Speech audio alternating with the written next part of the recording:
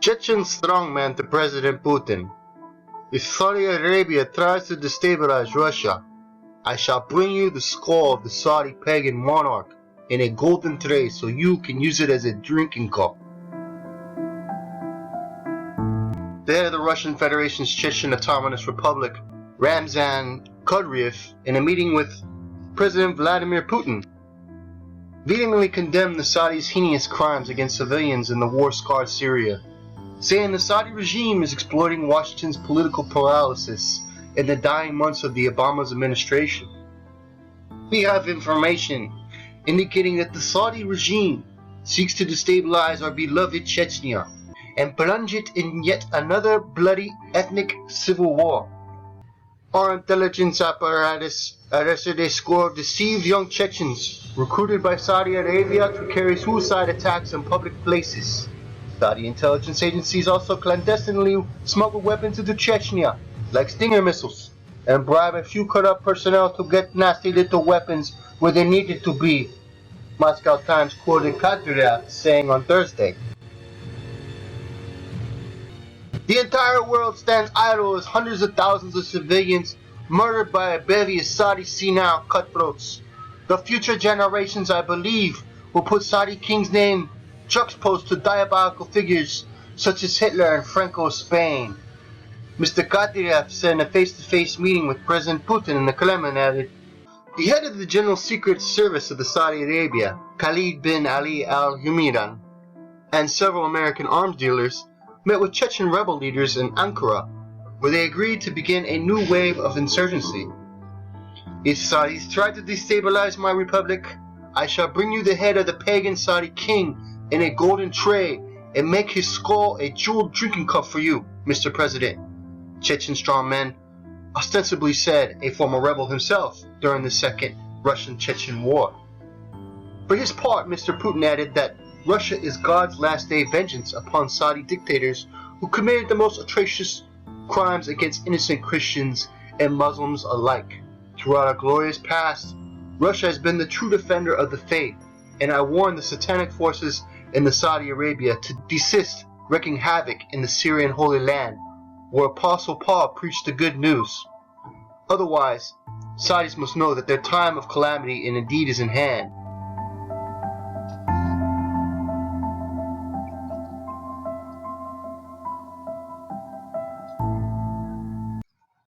The Clinton-Saudi connection, and we now know that 20% of Hillary Clinton's campaign money comes from Saudi Arabia, illegally laundered through the Clinton Foundation, and now these latest WikiLeaks documents proves once and for all that Hillary Clinton knew full well that Saudi Arabia is funding ISIS. What else?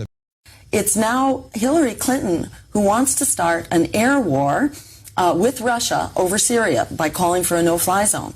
We have 2,000 nuclear missiles on hair-trigger alert, and Mikhail Gorbachev, the former premier of the Soviet Union, is saying we are closer to a nuclear war than we have ever been. Under Hillary Clinton, we could slide into nuclear war very quickly from her declared policy in Syria. So I won't sleep well at night if Donald Trump is elected, but I sure won't sleep well at night if Hillary Clinton is elected. Fortunately, we have another choice other than these two candidates who are both promoting lethal policies. But on the issue of war and nuclear weapons and the potential for nuclear war, it's actually Hillary's policies, which are much scarier than Donald Trump, who does not want to go to war with Russia. He wants to seek modes of working together, which is the route that we need to follow. Absolutely. I mean, can you even imagine what's contained in those missing 33,000 emails? I mean, hopefully we'll find out soon. Just incredible, because of all this stuff is just coming from one person, John Podesta.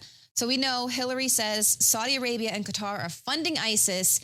She's well aware that these are the #1 funders of terror across the world, yet she made it a top priority as Secretary of State to make sure that weapons transfers to Saudi Arabia was of paramount importance. In fact, the Obama administration has sold more weapons to Saudi Arabia than all of the former presidents in our 71-year relationship. Exactly, and this is while Hillary was a Secretary of State. This is blood money. Exactly. What Donald Trump calls blood money, pay to play. She armed Saudi Arabia to the teeth.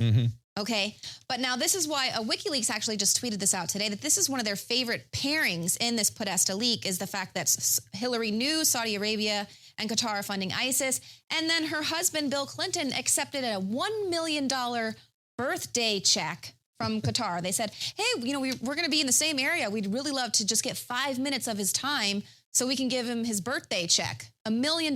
So this was apparently a check for and a just speech. think about that. I want everybody to think about that for a minute. So the government of Saudi Arabia gives Bill Clinton $1 million for a speaking engagement. Hillary Clinton gets a lot of money just to go out there and speak, and they expect nothing in return. Right. Right, nothing in return. We just love you so much. I mean, what kind of key information are they sharing at these speeches that it costs $1 million?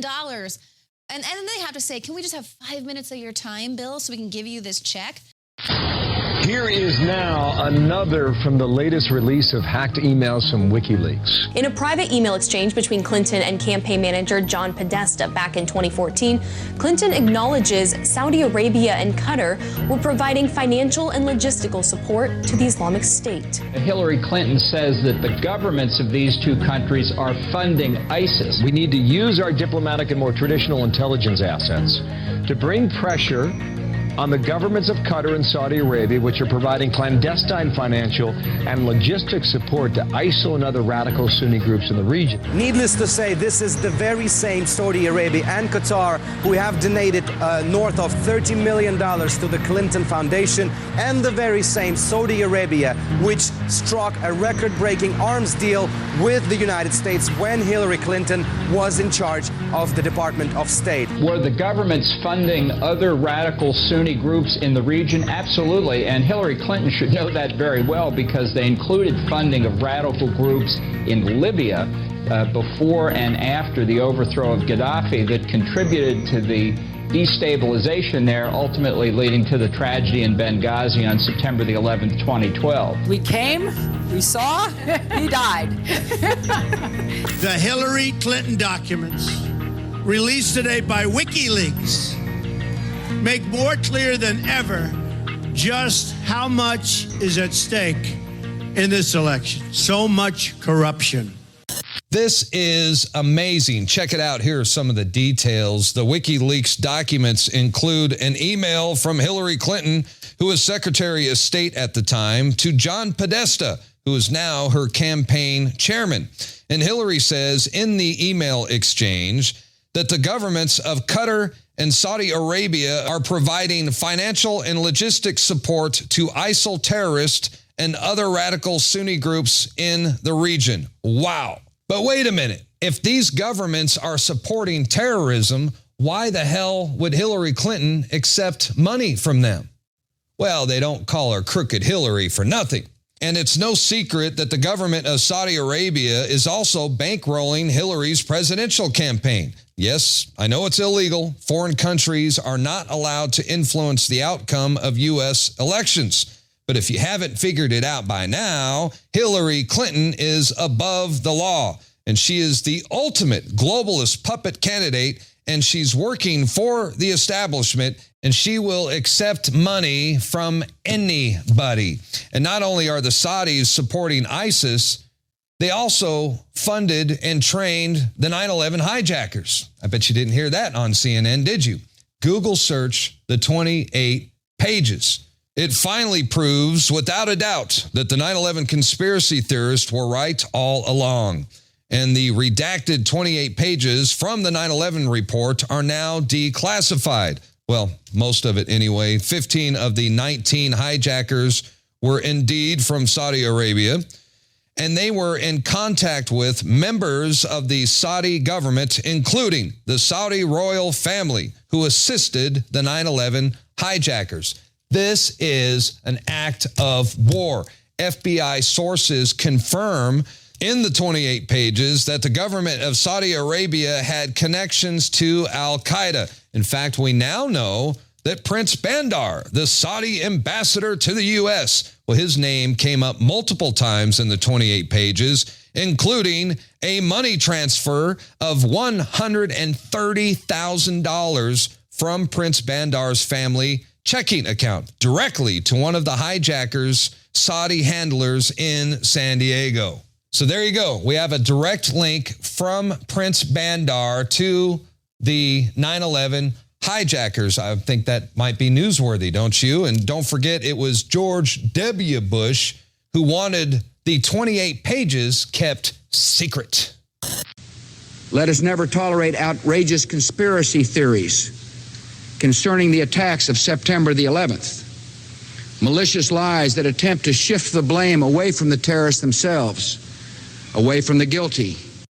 Every nation in every region now has a decision to make. Either you are with us or you are with the terrorists. You know, it was shortly after the attacks on September 11th that the U.S. government grounded all flights coming in and out of the continental United States. Nobody was allowed to fly, unless, of course, you happen to be a member of the Saudi royal family or the bin Laden family, because they were evacuated immediately and allowed to escape before they could be questioned by authorities.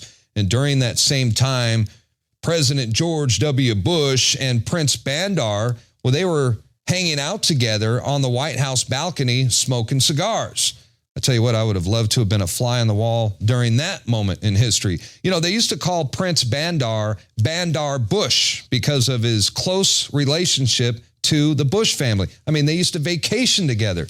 And the Bush White House, they didn't want anybody to find out that their buddies in Saudi Arabia helped carry out 9/11. Bush wants it kept secret. Obama certainly isn't going to do anything about it.